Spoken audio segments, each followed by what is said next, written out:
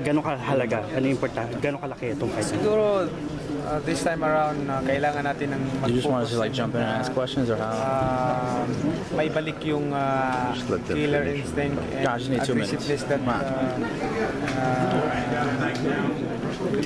kiniklaim nila na wala na.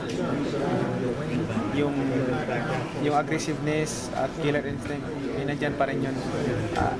Sinasabi ko lang, like what I told them, na sabi ko, sometimes I'm just too nice in the ring. Naging mabait ako sa mga kalaban ko pag alam ko na leading na ako sa point. Sa puntos is nagre-relax na. So I think this time around kailangan natin i-make sure na talagang it's a decisively win, victory and convincingly